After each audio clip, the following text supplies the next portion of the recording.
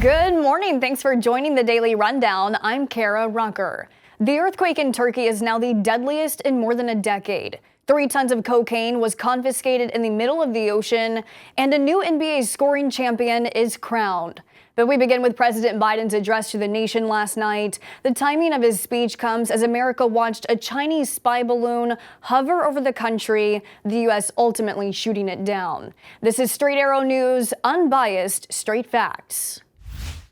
I'm committed to work with China where we can advance American interests and benefit the world, but make no mistake about it. As we made clear last week, if China threatens our sovereignty, we will act to protect our country, and we did.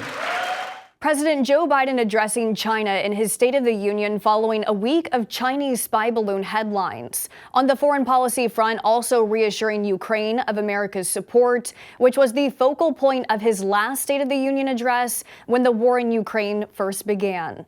Biden also touting legislation passed during his term, like the infrastructure bill, and calling for a now divided Congress to come together to pass bipartisan legislation. But a divide between parties was obvious on the House floor last night, specifically when President Biden asked Republicans to raise the debt ceiling, telling the American people some Republicans want to end Medicare and Social Security. Some Republicans want Medicare and Social Security to sunset. I'm not saying it's a majority. Let me give you, anybody who doubts it, contact my office. I'll give you a copy of the proposal. The untidiness on the floor cleaned back up when the president said, okay, Medicare and Social Security is off the table then, and he received a standing ovation. The death toll from Monday's catastrophic earthquake in Syria and Turkey has climbed to more than 11,000 victims as of Wednesday morning, making it the deadliest earthquake in more than a decade.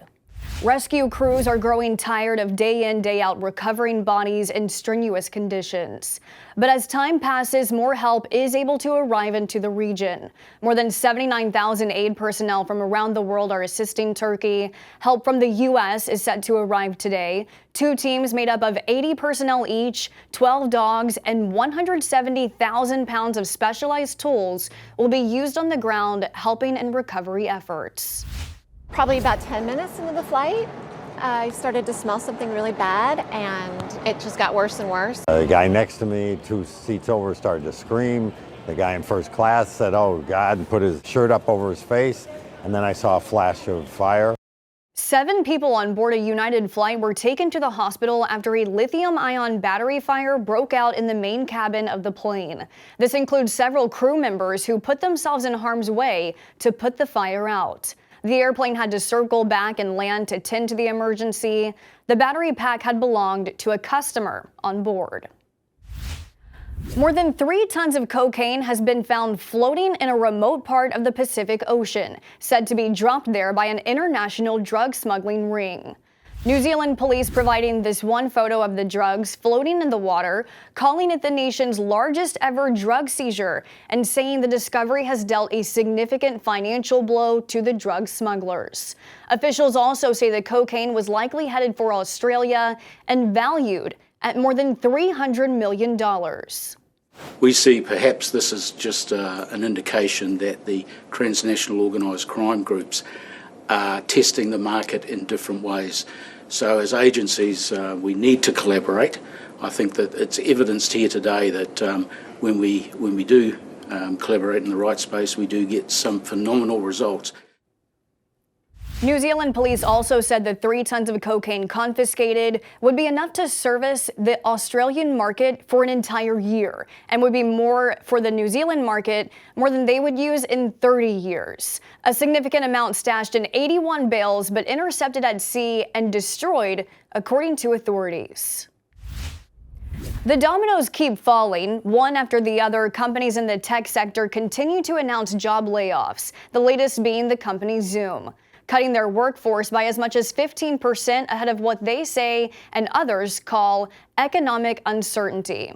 Zoom had boomed during the pandemic, with so many jobs going remote, turning to their video chat software.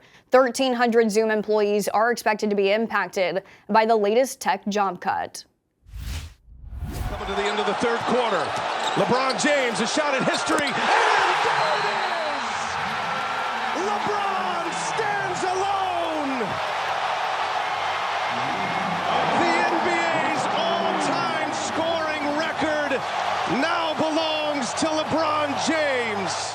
And there you have it, the man known as King James officially crowned as the NBA's all-time scoring champion, surpassing the legendary Kareem Abdul-Jabbar, who you saw there in the crowd, and then officially passing the torch and the title by handing the game ball to James.